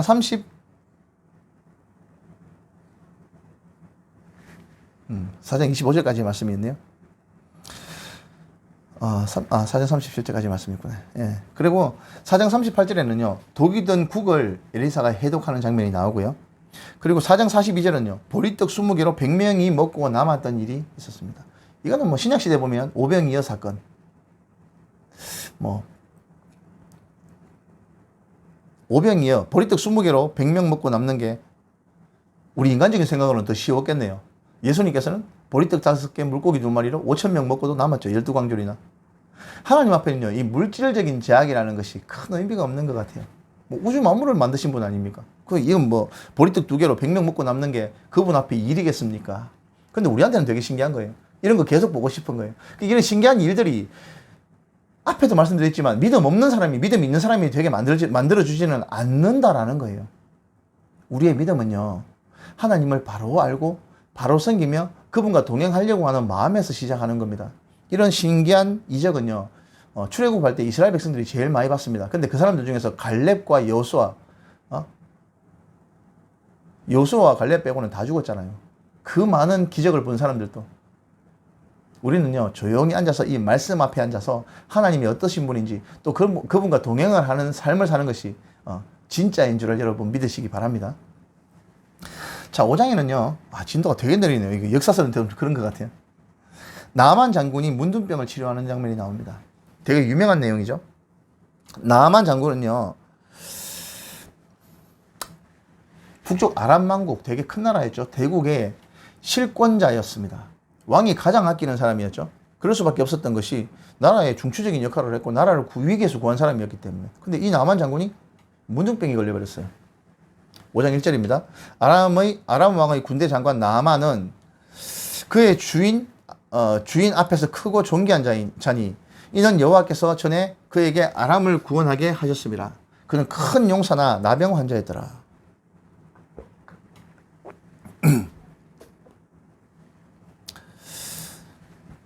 이 아람 왕에게 나만은 정말 소중한 존재였습니다. 근데 나병이 걸려버렸기 때문에 어쩌지를 못하는 거예요. 격리를 시킬 수도 없고. 그럼 그 자리가 비는 거 아닙니까? 그래서 온갖 치료를 다 해봤는데 안 되는 거예요. 근데 한 번은 나만이 아람이 이스라엘에 쳐들어왔다가 길에 지나가는 쪼만한 꼬마 여자아이 하나를 잡아서 데리고 갔던 일이 있었던 것 같습니다. 다음에 귀한 딸을 갖다 이렇게 막 잡아가는 거예요. 이 여자아이가 그 나만의 아내의 시종을 들고 있었는데 그 모습을 보면서 아이고 우리 주인이 이스라엘의 하나님의 선지자를 만났으면 좋았을 것을 얘기합니다. 근데 오만 병을 치료하기 위해서 안 해본 일이 없는데 그 얘기가 귀에 꽂혔겠습니까? 안 꽂혔겠습니까? 딱 꽂혔죠. 야, 너 방금 뭐라 그랬냐? 아닙니다. 아니긴 뭐가 아니야. 똑바로 말해. 우리 그 나라에 가면 하나님의 선지자 엘리사라고 있는데 그분 앞에 가면은 우리 주인이 치료될 수 있을 건데요 하니까 그래? 하면서 왕 앞에 보고를 합니다. 그러니까 아람 왕이 그런 방법이 있다고 하면서 어마어마한 재물을 준비해가지고 사신을 준비해가지고 북왕국 이스라엘 왕 요람에게 보냅니다. 편지를 하나 쓰죠. 내 군대 장관 나만이 병들었는데 문둥병이 걸렸는데 이걸 좀 고칠 수 있는 사람이 당신 나라에 있다고 들었습니다. 부디 이 예물을 받으시고 나의 소중한 장군 나만을 좀 문둥병에서 고쳐주십시오라고 편지를 보냅니다. 그 편지를 받은 여호람 왕은 어떻게 됐습니까? 옷을 찢고 막 절규를 합니다. 왜? 문둥병을 어떻게 고쳐요? 문둥병 못 고치잖아요. 이때도 마찬가지고 지금도 못 고치잖아요. 이건 분명히 우리나라를 쳐들어올 명분을 찾으려고 하는 거다 라고 얘기하면서 완전 절규를 합니다. 그 모습을 들은 엘리사가 뭐라고 합니까? 왕이시여 왜 이렇게 난립니까? 이 편지 한번 보세요. 예물 필요도 없다. 이게 다 쳐들어가 다 뺏어갈 건데 뭔 필요하냐? 뭔 소용이냐고 하니까 아이고 왕이시여 좀 침착하게 계십시오. 보내라 하십시오. 제가 좀 봐드릴게요 하면서 그렇게 나만이 자기 나라를 떠나서 엘리사에게로 찾아옵니다. 근데 엘리사는요 이 어마어마한 군대 장관, 지금을 치면 중국의 그 국방부 장관보다 더 높은 사람 아닙니까? 왔는데 문도 안 열어봅니다. 자기 사환을 내보내가지고 야 가가지고 저기 개울에 가가지고 7번 목욕하고 가라 해라. 그러니까 나만이 그 얘기 듣고 막 분노합니다. 우리나라에 이거보다 훨씬 좋은 강이 많은데 내가 목욕할 데 없어가 이까지 온 줄 아냐면서 와가지고 내 문둥병을 최소한 봐주기도 하고 자기 신들에게 요청하기도 하고 기도도 하고 이래줄 줄 알았는데 얼굴도 코빼기도 안 내보이고 요 앞에 그 개울에 가가지고 씻으라고? 분노합니다. 그렇게 분나고 돌아가려고 하는데 나만의 종들이 뭐라 그랬냐면 아이고 주인님 이거보다 더 어려운 일을 시키신다 해가지고 주인님 안 하실 깁니까? 기껏 목욕 7번 아닙니까? 한번 해보입시다. 한번 해봅시다. 그렇게 사정합니다. 이제 충직한 종들이었던 것 같아요. 들어보니까 맞는 말이거든. 목욕 7번 하는 거 그건 뭐라고? 기분은 많이 나쁘지만 가니까 그 개울이 있는데요. 실제로 가보신 분들과 사진이나 영상 자료를 보니까 우리 뭐 낙동강이나 이제 큰 강인 줄 알았는데 아니요. 완전 개울입니다. 개울. 비도 안 와가지고 지금 가물어가지고 막 형편없었기 때문에 물보다는 아마 그게 이물질이 훨씬 많았을 거예요. 그래도 시키니까 가가지고 목욕을 합니다. 1번, 2번, 6번을 해도 차도가 없었던 거예요. 진짜 막 성질나 죽겠는데 좋다 7번이라 했지. 내 마지막 1번만 더 해보고 안 되면 이제 가만 안겠다. 속으로 분노가 일어나지 않겠습니까? 근데 7번째 목욕을 하니까요. 목욕을 하고 나와가지고 닦는데 사실 그 강에는요 물보다는요 이물질 몸이 더 더러워졌을 거예요. 물에 들어가서. 그럼에도 불구하고 꿋꿋하게 7번 목욕을 했는데 피부가 아기 피부처럼 되었다고 되어 있습니다. 자기 피부를 보고 주변 사람도 놀랐지만 나만이 제일 놀랐어요. 대충 닦고 허겁지겁 엘리사에게 뛰어갑니다. 고맙다고. 고맙다고. 그렇게 크게 인사를 하는데도 문도 안 열어보고 콧배기도 안 내보십니다. 알았다. 알았어. 돌아가라. 되게 귀찮게 처리합니다. 엘리사가. 적국이니까. 예물을 가지고 왔던 걸 다 갖다 바치면서 제발 좀 받아달라고 하니까 안 받는다고 빨리 가지고 가라. 빨리 가라 그냥. 그러니까 나만이 하는 얘기가 있어요. 한번 보겠습니다. 17절 18절입니다. 나만이 이르되 그러면 청하건대 노새 2마리의 실을 흙을 당신의 종에게 주소서. 이제부터는 종이 번제물과 다른 희생 제사를 여호와 외에 다른 신에게는 드리지 아니하고 다만 여호와께 드리겠나이다. 오직 한 가지 일이 있사오니 여호와께서 당신의 종을 용서하시기를 원하나이다. 곧 내 주인께서 림몬의 신당에 들어가 거기서 경배하며 그가 내 손을 의지하심에 내가 림몬의 신당에서 몸을 굽히오니 내가 림몬의 신당에서 몸을 굽힐 때에 여호와께서 이 일에 대하여 당신의 종을 용서하시기를 원하나이다. 사람의 양심이라는 것이 이렇게 큰 구원을 경험하니까 어떡해요? 당신이 재물도 안 받으니까 그러면 내 노새에다가 여기에 이스라엘의 흙을 좀 가져가게 해달라고 2푸대 정도. 그러면 그걸 내가 땅에 펴놓고 평생 오직 신은 하나님밖에 없다. 여호와 하나님밖에 없다는 것을 제사하고 예배하겠습니다. 그리고 또 한 가지 부탁있습니다. 우리 주인이 림몬의 신당에 들어가서 그에게 제사할 때 내가 옆에서 부축을 해야 됩니다. 내가 제일 최측근이기 때문에 우리 왕을 부축해야 되는데 그때 내가 몸을 본의 아니게 굽히게 될 텐데 이게 저라는 거 아닙니다. 그러니까 그 점을 좀 양해해 주십시오. 이렇게 얘기합니다. 한번 사람의 신앙 양심이 제대로 돌아오면 이것까지 걸리는 거예요. 그래 알았다. 돌아가라. 엘리사가 돌려보냅니다. 하나님은 구원이시다. 이렇게 함으로 가장 실권자였던 나만을 고쳐주었기 때문에 나만이 생전에는 아람이 쳐들어오지 않았던 것으로 기록되고 있습니다. 나만이 살아있을 때까지만 해도 더 이상 아람이 북왕국 이스라엘 쳐들어오지 않았던 것 같습니다. 그런데 돌아가는 길에 이런 일이 있죠. 엘리사의 그 사환 게하시가 보니까 저 어마어마한 예물을 주인이 하나도 안 받으신다고? 나는 하나님의 사심을 두고 맹세하노니 반드시 가서 받으리라 하면서 뛰어가가지고 받습니다. 자, 나만의 행렬이 쭉 가는데 갑자기 엘리사의 사환이 뛰어오니까 나만이 행렬을 멈춰라. 여기 저 멀리 오는 게하시에게 묻죠. 샬롬이냐? 하니까 예, 샬롬입니다. 평안함입니다. 좋은 일입니다. 그게 왜 왔냐 하니까 엘리사에게 사환이 2명 왔는데 그에게 옷 2벌과 돈을 좀 주라 하던데요. 이렇게 얘기하니까 그래? 2배를 줍니다. 돈을 2배를 가져가라. 옷도 2벌 주고 사환에게 시켜가지고 갑니다. 그러니까 그걸 받아가지고 게하시가 자기 집으로 가가지고 집에 숨기고 다시 돌아옵니다. 그러니까 엘리사가 그걸 알았겠죠. 묻습니다. 게하시야, 네가 어디 갔다 왔냐? 아무것도 안 갔다 왔는데. 내가 네 어디 갔다 왔는지 다 아는데.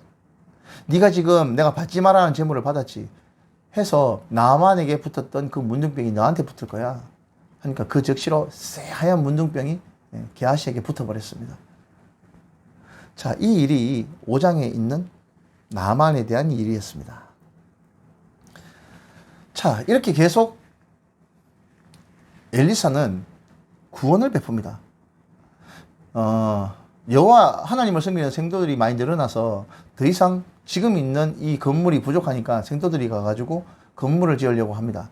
그때 도끼로 나무를 베는데 도끼가 물에 빠지니까 그 도끼를 건져내는, 우리나라에 보면 금도끼, 연도끼 있는데 지금 여기는 우리나라 설화에는 산신령이 나왔는데 여기는 그렇게 안 하고 엘리사가 나무 가지를 꺾어가지고 물에 띄우니까 그 도끼를 건져내는 내용. 그리고 도단이라는 곳에서 엘리사를 잡으러 온 일이 있었습니다. 왜냐하면 그 시간이 한참 지나고 난 다음에 아람이 북왕국 이스라엘을 자꾸 쳐들어오려고 하는데, 쳐들어올 때마다 요소에 이스라엘 군대가 다 지키고 있었고 자기들이 어디에다가 매복했는지 다 아는 거예요. 그러니까 아람 왕이 너무 화가 나가지고 자기 신하들에게 여기 분명히 밀고자가 있어, 첩자 있지 하면서 화를 내니까 신하 중에 한 명이 얘기합니다. 아이고 왕이시여, 여기에 첩자가 있는 게 아니고 이스라엘에는요 엘리사라는 선지자가 있어가지고 우리가 이 지금 하는 얘기 다 듣습니다. 다 듣고 있습니다. 그래? 그래서 지금 우리가 하는 작전을 다 이스라엘이 미리 다 알고 있단 말이야. 예, 그렇습니다 하니까, 그래 그러면 그 엘리사부터 잡으러 가야 되겠네 하면서, 야 군대 보내가지고 빨리 엘리사 잡으러 가 라고 얘기합니다. 근데 여러분 생각을 해보십시오. 앞에 있었던 모든 작전을 엘리사가 다 알았는데 지금 엘리사 잡으러 가겠다고 하는 걸 엘리사가 알았을까요? 몰랐을까요? 좀 사람의 생각이 좀 짧은 건지 없는 건지. 그렇게 해서 군대가 몰려갑니다. 엘리사가 있었던 도단을 둘러 진칩니다. 아람 군대가. 그러니까 그 군대들을 보고 너무 겁에 질렸던 엘리사의 사환이 엘리사에게 얘기합니다. 하나님의 사람이여, 우리가 큰일 났습니다. 저 군대에 지금 진치고 있는 거 어떻게 합니까? 하니까 엘리사가 얘기합니다. 걱정하지 마라. 저 군대보다 우리 편 군대가 훨씬 많다 하면서 하나님께 기도를 하니까 그 사환의 눈이 번쩍 떠지면서 뭐가 보이냐면 도단을 둘러싸고 있는 아람 군대보다 훨씬 많은 불병거와 불마차와 하나님의 군사들이 진치고 있는 거예요. 봤냐? 하나님의 군대가 훨씬 많아 하면서. 그렇게 아람 군대가 쳐들어오니까 하나님께 요청을 하죠. 저 아람 군대의 눈이 멀게 해주십시오 하니까 군대의 모든 병사들의 눈이 멀어버렸어요. 잡으러 올 수 없겠죠. 그래서 엘리사가 이 군대들을 따라오라 그럽니다. 그래서 사마리아 성 한가운데로 가가지고 눈을 뜨게 해줍니다. 당장 다 잡아 죽이면 엄청나게 대성이 일어날 거 아닙니까? 그런데 요람 왕이 엘리사에게 얘기합니다. 내 아버지여, 칠이일까? 다 죽여버릴까요? 하니까 엘리사가 지금은 죽일 때가 아닙니다. 자, 음식하고 떡 가지고 있어 하면서 손님 대접해야지요. 쳐들어온 아람 군대를 미개가지고 돌려보냅니다. 그렇게 하니까 또 한동안 전쟁이 없었어요. 하나님은 구원이시다. 여러분, 이렇게 하나님께서 엘리사를 통해서 구원의 역사를 보여주고 계시는 거예요. 그런데 하나님께서 원하시는 것은 뭡니까? 이런 구원을 통해서 하나님 앞으로 백성들이 돌아오기를 원하시는 건데 꿈쩍도 안 합니다. 기적은 기적이고 우리는 우리다. 안 바뀌는 거예요. 끝내 바뀌지 않는 거예요. 엘리야를 보내도 안 되고 엘리사를 보내도 안 되는 거예요. 그 뒤에 시간이 지나서 다시 아람의 군대가 쳐들어옵니다. 아람이 제일 강국이었거든요. 쳐들어오는 장면이 나옵니다. 자, 24절, 25절 말씀 한번 보겠습니다. 이후에 아람 왕 벤하닷이 그의 온 군대를 모아 올라와서 사마리아를 에워싸니 아람 사람이 사마리아를 에워싸므로 성중이 크게 줄여서 나귀 머리 하나에 은 80세겔이요 비둘기 똥 4분의 1갑에 은 5세겔이라 하니, 금액의 단위를 다 환산을 하기는 어렵습니다만 나귀는요 이스라엘 백성들이 먹을 수 있는 음식이 아니었습니다. 부정한 음식이었습니다. 그런데 먹을 수 없는 음식, 나귀의 머리라고 하면 제일 하찮은 부위거든요. 이 관계가 80세겔이면 지금 수천만 원도 넘는 거예요. 수천만 원이 뭡니까? 훨씬 더 많은 금액으로 거래가 돼요. 그래도 먹을 게 없었던 겁니다. 줄여서. 그리고 비둘기 똥 4분의 1이라고 하는데 비둘기 똥은요 진짜로 비둘기 똥을 먹었다 그렇게 할 수도 있지만, 비둘기 똥이라고 하는 뭐 그 비싸게 생긴 하찮은 뭐 과실 같은 게 있었던가 봐요. 그게 은 5세겔. 엄청나게 비싸다는 얘기입니다. 옛날에 미국이 이라크, 그러니까 후세인하고 이라크 전쟁할 때 미국이 그 이라크를 봉쇄해버리잖아요. 그러니까 밀가루 한 푸대에 40만 원 냈답니다. 밀가루 한 푸대에 40만 원 냈답니다. 그래도 못 구했답니다. 봉쇄를 해버리니까. 굶주려 죽는 거예요. 이러면요, 싸울 방도가 없는 거예요. 아람 군대가 사마리아를 둘러 진치고 지금 완전히 줄여서 죽기 직전이 된 거예요. 왕이 성 안을 이렇게 가다가 갑자기 웬 여자 한 명이 뛰어나와가지고 왕이시여 도와주십시오, 도와주십시오 얘기하니까 왕이 얘기합니다. 야, 내가 무슨 힘이 있어가지고 니를 도우겠노? 지금 봐라, 이 상황에 내가 니를 어떻게 도와주겠냐? 내가 포도밭이 있냐? 뭘로 니 먹을 걸 달라는 모양인데 먹을 걸 주겠냐 하니까 이 여자가 얘기합니다. 왕이시여, 그게 아니고 우리 이웃집 여자하고 보니까 하루는 와가지고 이런 협상을 했습니다. 오늘 먼저 네 아들을 삶아 먹자. 그러면 내일은 내 아들을 삶아 먹겠다라고 이제 서로 합의를 봤습니다. 그래가지고 먼저 내 아들을 삶아 먹었죠. 아이고, 세상에.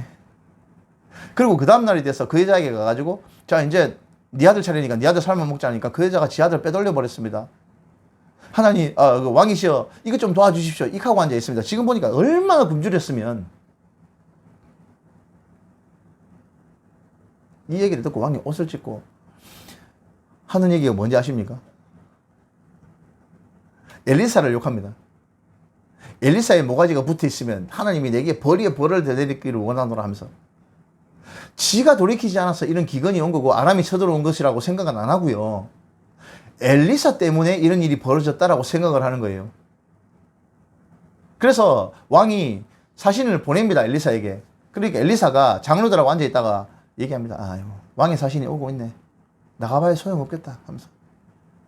나가봐야 소용없으니까 놔둬 있어 하면서. 그러니까 왕의 사신이 와가지고 얘기합니다. 그러니까 엘리사가 그 사신에게 가서 얘기합니다. 걱정하지 마십시오. 내일 이맘때쯤 되면은 이 모든 문제가 다 해결됩니다. 라고 얘기합니다. 7장 1절 말씀 한번 볼게요. 엘리사가 이르되 여호와의 말씀을 들을지어다. 여호와께서 이르시되 내일 이맘때에 사마리아 성문에서 고운 밀가루 한 스아를 한 세겔로 매매하고 보리 두 수아를 한 세겔로 매매하리라 하니라. 이게 무슨 얘기냐면 굉장히 음식이 하찮고 헐값에 거래되게 될 것이다 라는 얘기입니다. 그러니까 이 요람의 신하가 장관 한 명 왔거든요. 장관이 뭐라 그러냐면 아이고 하나님의 사람이여, 하나님께서 하늘의 창문을 열고 곡식을 때리부도 그런 일이 일어나겠습니까? 이래 대답합니다. 그러니까 엘리사가 그 대답을 듣고 네 말하는 거 보니까 그 장면을 보기는 보겠는데 네가 먹지는 못하겠네. 그러고 돌려보냅니다. 자, 이 일이 있었습니다. 자, 이까지 있고 난 다음에 카메라가 어디로 들어가냐면 사마리아 성 밖에 문둥병자 2명이 카메라를 잡습니다. 자, 그 내용이 나오죠. 7장 3절입니다. 한번 보겠습니다. 성문 어귀에 나병 환자 4사람이 있더니 그 친구에게 서로 말하되 우리가 어찌하여 여기 앉아서 죽기를 기다리랴. 성 안이나 성 밖이나 굶어 죽기는 매 마찬가지였습니다. 아람 군대가 진치고 있었기 때문에. 근데 문둥병자들은 성 안으로 들어갈 수가 없었죠. 밖에 있었습니다.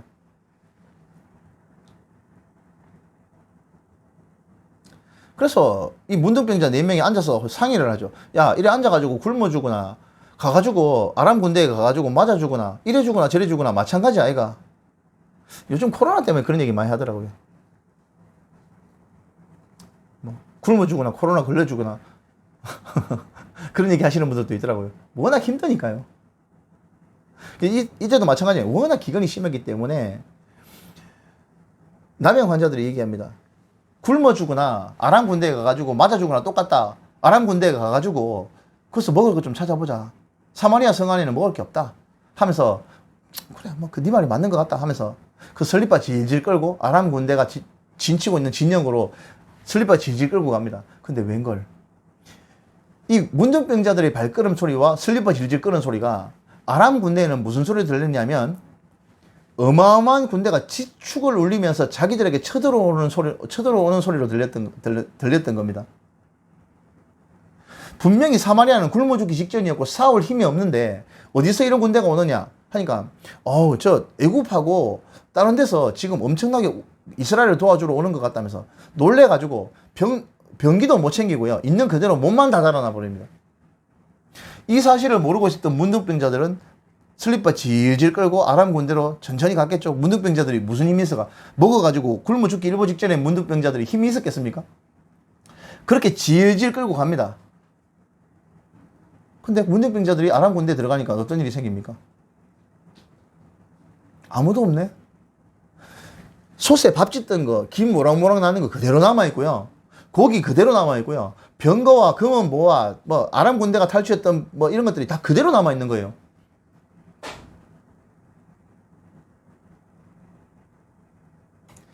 문둥병자 4명이 파티를 합니다. 들어가서.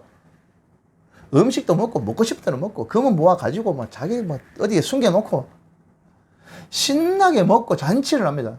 근데 배가 불러가지고 덕하니 4명 앉아가지고 생각을 해봤습니다. 야, 근데 우리가 이렇게 먹기는 먹었는데 우리끼리 먹어가지고 좀 약간 양심에 많이 찔린다.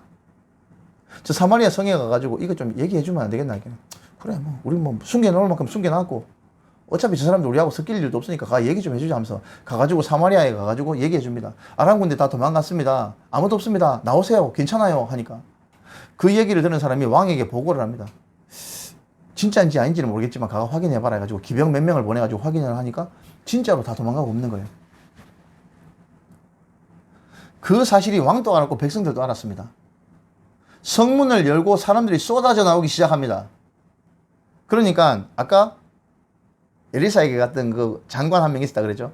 장관이니까 공무원 아닙니까? 백성들을 통제합니다. 나와가지고 성문 앞에서 질서를 지키십시오. 질서를 지키십시오 하면서 성문 앞에서 질서를 잡으려고 하는데 그 얘기가 듣습니까? 지금 자식도 잡아먹는 판에. 몰래 나오는 백성들에게 깔려 죽었습니다. 엘리사가 한 말 그대로죠. 자, 보겠습니다. 7장 16절 17절입니다. 백성들이 나아가서 아람 사람의 진영을 노략한지라 이에 고운 밀가루 한 스아에 한 세겔이 되고 보리 두 스가 한 세겔이 되니 여호와의 말씀과 같이 되었고 왕이 그의 손에 의지하였던 그의 장관을 세워 성문을 지키게 하였더니 백성이 성문에서 그를 밟음에 하나님의 사람의 말대로 죽었으니 곧 왕이 내려왔을 때에 그가 말한 대로라. 그죠? 성문 통제하라고 지켰던 아까 그 장관 백성들이 몰려 나오는 그 발걸음에 밟혀 죽어버렸습니다. 이렇게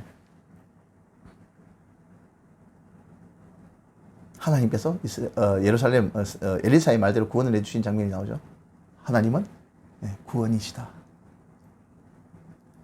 우리가 이 장면을 실제로 목격했다면 다시 말씀드립니다. 하나님께서 이 모든 구원을 베풀어 주셨다는 것을 알아야 될 거 아닙니까? 그러면 하나님께서 사람에게 뭘 원하시는지를 알아보려고 해야 될 거 아닙니까? 그러면 하나님께서 뭘 원하십니까? 공의를 행하고 인자를 사랑하고 율법대로 하나님과 공평과 정의대로 나라를 통치하고 백성들은 서로 배려하고 이런 삶으로 돌아가는 것이 하나님께서 원하시는 거 아닙니까? 다윗의 시대처럼 솔로몬 초창기처럼. 그런데 안 돌아가요. 하나님의 말씀을 알려고도 하지 않아요. 레위인들을 찾아서 하나님의 말씀을 가르치려고 해야 되는데 그렇게 돌아가지 않는 겁니다. 안 돌아가고 이 상황 모면하니까 다 잊어먹고 저거 하는 대로 또 그대로 계속해요. 하나님 입장에서 생각 한번 해보십시오. 이 구원을 베풀어 주셨음에도 불구하고 사람들은 바뀌지 않습니다. 이런 사람들에게 희망이 있겠습니까? 자, 8장 계속 보겠습니다. 8장에 보시면요.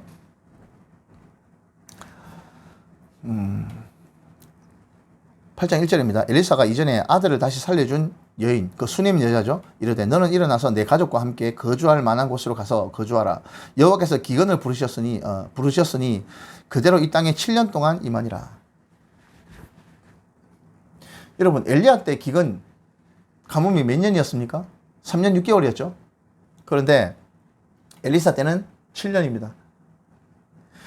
엘리사는요, 엘리야에게 영감을 갑절이나 받았지만 그 기근도 갑절로 받은 것 같습니다.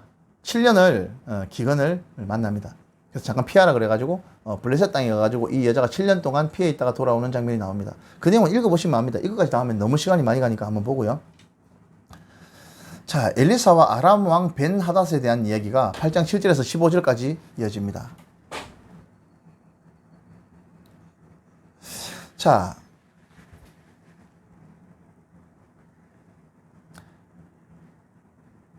아람 왕 아람 왕이 벤하닷이 병이 들었습니다. 그래서 신하들에게 이야기합니다. 너 이스라엘에 가서 엘리사에게, 하나님의 사람 엘리사에게 가서 내 병이 낫겠나 안 낫겠나 물어봐라 라고 물어보러 보냅니다. 그 물어보낸 사람이 하사엘이라는 사람을 시켜가지고 보내는데요. 여러분, 아까 1장에 보니까 이스라엘 왕 아하시아가 어떻게 됐습니까? 자기가 난간에서 떨어지니까 이 병이 낫겠는지 안 낫겠는지 누구에게 물어봅니까? 하나님의 백성 이스라엘 왕은요, 자기 병이 낫겠는지 안 낫겠는지 블레셋 에그론의 신 바알세붑에게 물어러 보냈습니다. 그런데 이방 땅 아람 왕은요, 자기 병이 낫겠는지 안 낫겠는지 하나님의 사람 엘리사에게 자기 신하를 보내는 거예요. 기가 막힐 일 아닙니까?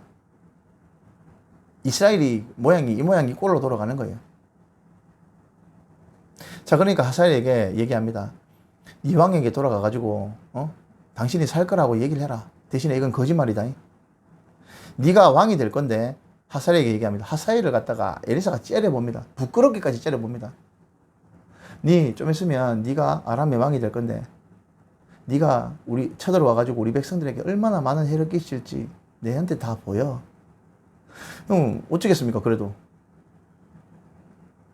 네가 왕이 될 것이라고 얘기를 합니다. 그렇게 돌아간 하사엘이 자기 왕을 죽이고 진짜 왕이 되는 장면이 바로 8장 7절에서 15장까지의 말입니다.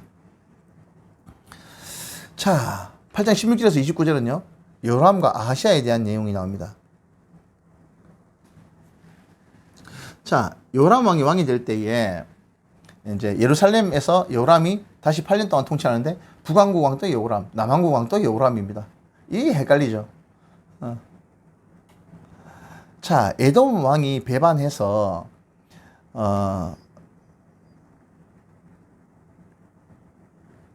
같이 이제 치러 가는 장면도 나오고 하는데, 자, 이렇게 되고, 자, 9장부터는요, 드디어 북왕국 이스라엘의 온므리 왕조가 끝장이 나는 장면이 나옵니다. 자, 엘리사의 사역에 대해서 보았습니다. 엘리사의 사역을 쭉 보면 하나님은 구원이시다라는 것을 여러분들도 아실 수 있을 겁니다. 하나님께서 이스라엘 백성들을 구원해 주시고 돌봐 주시는 겁니다. 그럼에도 불구하고 이스라엘 백성들은 끝끝내 돌아오지 않는 겁니다. 자기들이 하던 삶의 방식에서 돌아오지 않는 거예요. 지금도 이런 분들은 우리 주변에 많습니다. 하나님께서 신인 줄 알겠다. 하나님께서 오야, 내 교회는 다녀줄게. 하지만 내가 하는 삶의 방식은 바꾸지 못한다. 내가 이때까지 살아온 삶의 방식, 내가 먹고 사는 방식, 이거는 바꾸지 못한다라는 사람들이 많이 있습니다. 그런 분들에게 하나님께서 어떻게 해야 되겠습니까? 하나님은요, 삶의 방식 자체가 바뀌기를 원하시는 겁니다. 하나님의 백성답게 살기를 원하시는 겁니다. 하나님의 백성답게 생각하고 하나님과 사귀고 하나님의 뜻 안에서 하나님을 기뻐하고 즐거워하는 삶을 살기를 바라는 겁니다. 그런데 자기가 이때까지 살아왔던 생활의 방식을 버리지 못하는 거예요. 지금도 그런 사람들 많지 않습니까? 주변에. 내가 전도를 했어. 누구의 인도에 의해서 교회는 다녔지만 내 삶의 방식과 생각의 방식을 바꾸지 못하는 겁니다. 하나님의 뜻이 어디 있습니까? 성경 말씀 안에 있는 겁니다. 하나님께서 무엇을 원하십니까? 성경 말씀 안에 있는 거예요. 그런데도 바꾸지 않는 겁니다. 드디어 이 온므리 왕조가 변화가 없으니까 칼을 빼드는 장면이 바로 9장부터 나옵니다. 9장과 10장의 말씀은요, 악독했던 이세벨의 통치, 3명의 왕이 있었죠. 통치가 완전히 절단이 나는 내용이 나옵니다. 9장 1절에서 4절 말씀입니다. 선지자 엘리사가 선지자의 제자 중 하나를 불러 이르되, 너는 허리를 동이고 이 기름병을 손에 가지고 길르앗 라못으로 가라. 거기에 이르거든 님시의 손자 여호사밧의 아들 예후를 찾아 들어가서 그를 형제 중에서 일어나게 하고 그를 데리고 골방으로 들어가 기름병을 가지고 그의 머리에 부으며 이르기를, 여호와의 말씀이 내가 내게 기름을 부어 이스라엘의 왕으로 삼노라 하셨느니라 하고 곧 문을 열고 도망하되 지체하지 말지니라 하니 그 청년이 곧 선지자의 청년이 길르앗 라못으로 가니라. 드디어 하나님의 진노의 심판이 이루어집니다.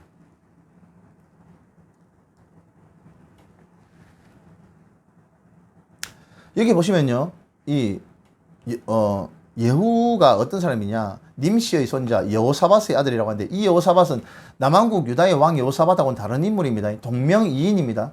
헷갈리시면 안 됩니다. 이 여호사밧은 동명이인입니다. 분명히 말씀드립니다. 이렇게 엘리사의 지시를 받은 이 청년이 가가지고 앉아있는 길랄 라못이라고 그게 진치고 있는 군대 사령관이었죠. 사령관 몇 명이 앉아 있었습니다. 거기 가가지고 하나님 당신에게 볼 일이 있습니다. 우리 셋 중에 누구에게 말하냐? 여우를 가리키면서 당신 보고 말하는 겁니다. 당신 잠깐 따라 들어갑시다. 얘가 골방으로 데리고 들어가가지고 머리에 기름을 붓고 여호와께서 당신을 이스라엘의 왕으로 삼으셨습니다. 그 말을 남기고 주랭랑을 칩니다. 누가 봐도 이상한 장면이었어요. 그러니까 머리에 기름이 뚝뚝 떨어지는 상태로 다시 돌아온 예후가 같이 앉아있던 사람들에게 돌아옵니다. 돌아와서. 그러니까 사람들이 묻죠. 그 미친 사람이 당신에게 뭐라고 했습니까? 아니, 뭐, 지정신 아닌 것 같은데, 머리에 기름을 붓고 나보고 이스라엘 왕이 될 거라고 하는데요? 하니까. 갑자기 같이 있었던 사람이 벌떡 일어나서 자기 옷을 바닥에 깔고 예후에게 앉으라 그러고, 절을 하면서 예후는 왕이다. 예후는 왕이다. 라고 얘기합니다.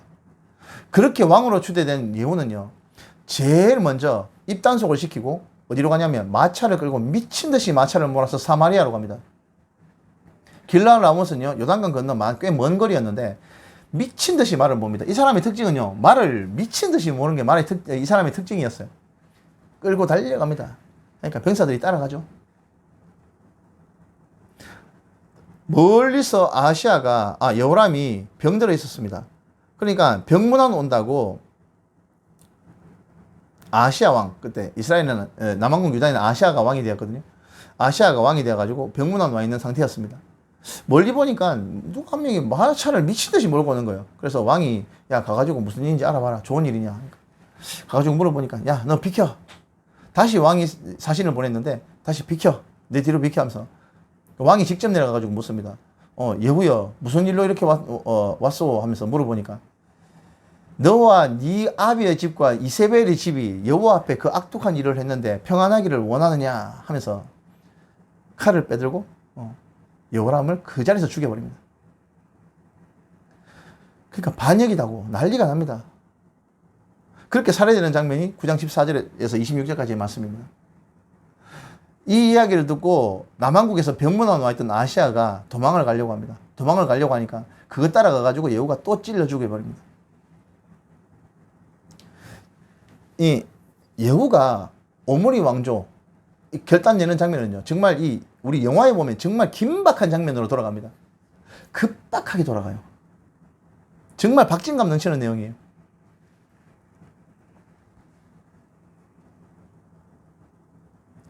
자, 그렇게 남왕국과 북왕국 왕이 졸지에 죽어버립니다. 한번 보겠습니다. 27절에서 28절입니다. 유다의 왕 아시아가 이를 보고 정원의 정자길로 도망하니 예후가 그 뒤를 쫓아가서 이르되 그도 병거 가운데서 죽이라 하매 이블라함 가까운 구르비탈에서 치니 그가 무깃도까지 도망하여 거기서 죽은지라. 그의 신복들이 그를 병거에 싣고 예루살렘에 이르러 다윗성에서 그들의 조상들과 함께 그의 묘실에 장사하니라.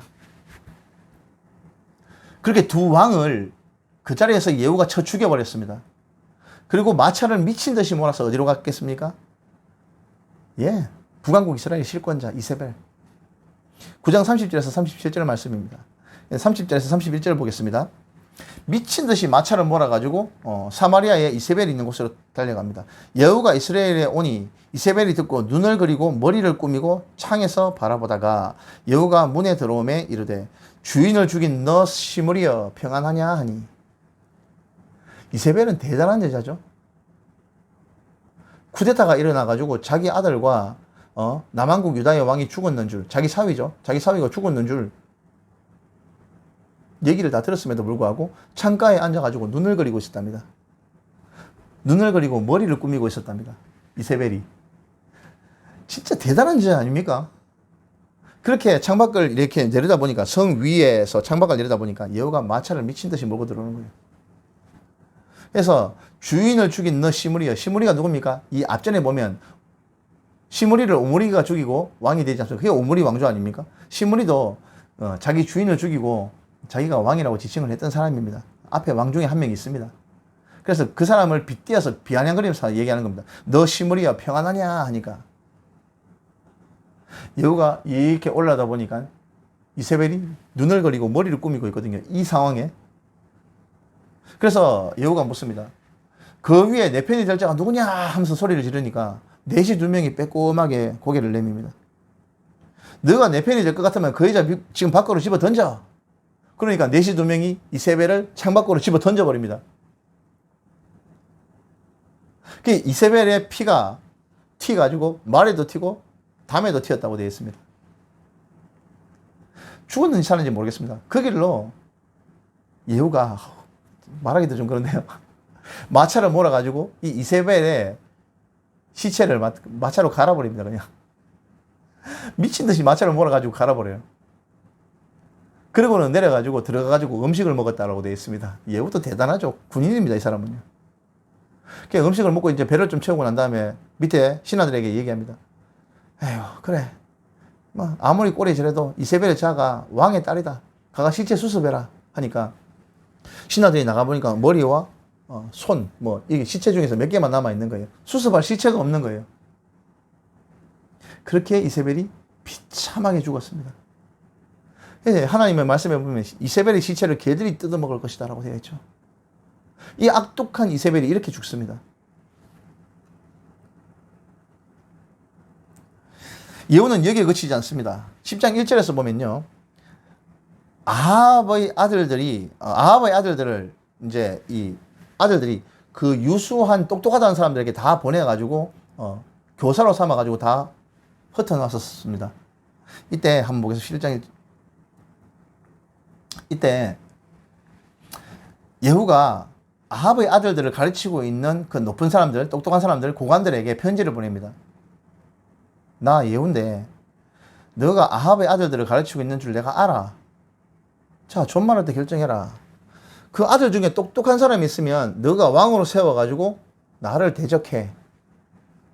알았냐? 시간 줄게. 하니까 아합의 아들들을 되게 많았거든요. 다스리고 있던 사람들이 편지를 다시 보냅니다. 우리가 무슨 수로 당신을 상대합니까? 우리 상대 안 하겠습니다. 하니까 그래? 알겠다. 그러면 너희가 담당하고 있는 그 아합의 아들들의 머리를 다 베어가지고 내일 아침까지 여기 가지고 와라. 그러니까 그 다음날 아합의 아들들의 머리를 두 모드기로 이렇게 마당에 쌓아놨다라고 되어 있습니다. 그렇게 아합의 아들들을 다 처단하는 것이 10장 1절에서 11절 말씀입니다. 보겠습니다. 예후가 아합의 집에 속한 이스라엘에 남아있는 자를 다 죽이고 또 그의 귀족들과 신뢰받는 자들과 제사장들을 죽이되 그에게 속한 자를 하나도 생존자를 남기지 아니하였더라. 이렇게 아합의 아들들을 싸그리 죽여버립니다. 그리고 돌아오는 길에 한 지역에서 유다의 왕 아하시아의 형제들이 있는 것을 우연히 만나가지고 알아보니까 남왕국 유다 왕 아하시아의 형제들인 거예요. 형제들을 만난 예후가 그 자리에서 또 아하시아의 형제들도 다 죽여버립니다. 진짜 신바람나게 칼춤 추는 거예요. 그렇게 10장 15절에서 17절에 보면 모든 남은 사람들이 예후에게 살해됩니다. 보겠습니다. 10장 15절에서 17절입니다. 예후가 거기서 떠나가다가 자기를 맞이하러 오는 레갑의 아들 여호나답을 만난지라. 그의 안부를 묻고 그에게 이르되 내 마음이 네 마음을 향하여 진실함과 같이 네 마음도 진실하냐 하니 여호나답이 대답하되 그러하나이다. 이르되 그러면 나와 손을 잡자. 손을 잡으니 예후가 끌어 병거에 올리며 이르되 나와 함께 가서 여호와를 위한 나의 열심을 보라 하고 이에 자기 병거에 태우고 사마리아에 이르러 거기에 남아있는 바 아합에게 속한 자들을 죽여 진멸하니 여호와께서 엘리야에게 이르신 말씀과 같이 되었더라. 같이 군대 장관이었던 여호나답을 만났습니다. 그래서 너 나한테 반기를 들 거야? 아니면 나하고 한편에 쓸 거야? 하니까 여호나답이 당신과 한편 되겠습니다. 하니까 병거에 세워가지고 그 길로 달려 들어가가지고 아합에게 속한 모든 신하들, 아합이 다스리던 아합의 편에 있었던 사람들을 다 죽여버립니다. 진짜 자, 그렇게 돌아간 예후가 자, 한 번은 다시금 꾀를 냅니다. 10장 18절에서 19절, 아직 29절 처리해야 될 큰 일이 하나 더 남아있죠. 15절에서 17절 말씀 한번 보겠습니다. 18절에서 19절 말씀 한번 보겠습니다. 여호가 문 백성을 모으고 그들에게 이르되 아합은 바알을 조금 섬겼으나 여호와는 많이 섬기리라. 자기가 쿠데타를 성공했기 때문에 공표를 하는 거죠. 예후가 이렇게 말을 하고 19절입니다. 그러므로 내가 이제 큰 제사를 바알에게 드리고자 하노니 바알의 모든 선지자와 모든 섬기는 자와 모든 제사장들을 한 사람도 빠뜨리지 말고 불러 내게로 나오게 하라. 모든 오지 아니하는 자는 살려두지 아니하리라 하니 이에 예후가 바알 섬기는 자를 멸하려 하여 계책을 씁니다. 무슨 말이냐면 온 전국 각지에 공표를 내립니다. 아합은 바알을 조금 섬겼지만 나는 바알을 많이 섬길 거야. 제대로 이제 본격적으로 한번 섬겨볼 거야. 그러니까 바알 선지자들을 전국에 있는 사람 한 사람도 남김없이 다 와라. 내가 제사를 진짜 제대로 크게 한번 드리겠다라고 얘기를 합니다. 그 공표문을 듣고 전국에 있는 모든 바알 선지자들은 다 옵니다. 이건 뭐 때문이었다고요? 바알 선지자들을 한꺼번에 죽이기 위한 예후의 계획이었습니다. 그렇게 몰려 들어왔습니다. 그리고 다시 묻습니다. 이 중에 바알 선지자만 있지 여호와의 선지자는 한 명도 없는 거 맞지? 만약에 여호와의 선지자가 한 명이라도 있으면 내가 가만 안 둘 거야 하니까 예 없습니다. 정말 바알 선지자만 있습니다 라고 해가지고 거기에 이제 바알의 제단 안에 넣어놓고 제사를 지내게 해줍니다. 그리고는 병사 80명을 불러 모읍니다. 너가 병사 80명 잘 들어라. 너가 들어가가지고 저기에 있는 사람 한 명씩 담당을 할 건데 저기에 한 명이라도 살아남으면 그 한 명의 목숨을 너가 한 명의 목숨으로 대체할 거야. 못 빠져나오고 다 죽이란 얘기죠. 그러니까 제사를 다 지내고 바알의 선지자들이 좋다고 제사를 지내니까 이제 제사 끝에 병사들 80명이 우르르 들어가서 한 명씩 죽이기 시작합니다. 한 명도 남김없이 싸그리 죽여버렸습니다. 이렇게 하면서 오므리 왕조의 심판이 끝납니다. 예후를 통해서 하나님께서 얼마나 속 시원하게 오므리 왕조를 심판하셨는지 보게 되시는 겁니다. 이게 10장까지의 내용입니다. 여러분, 하나님께서 사람들에게 기회를 주시고 오므리 왕조가 그렇게 아합과 아하시아와 요람에 이어서 그렇게 왕이 되는 동안 이세벨의 통치 기간 동안 얼마나 많은 악을 행했습니까? 그럼에도 불구하고 하나님께서는 참아주시고 기다려주시는 거예요. 돌아오라고 엘리야를 보내고 엘리사를 보내도 안 되는 겁니다. 더 이상 희망이 없으니까 어떻게 해요? 예후를 통해서 심판의 칼날을 뽑으시는 겁니다. 정말 잔인하게 심판해요.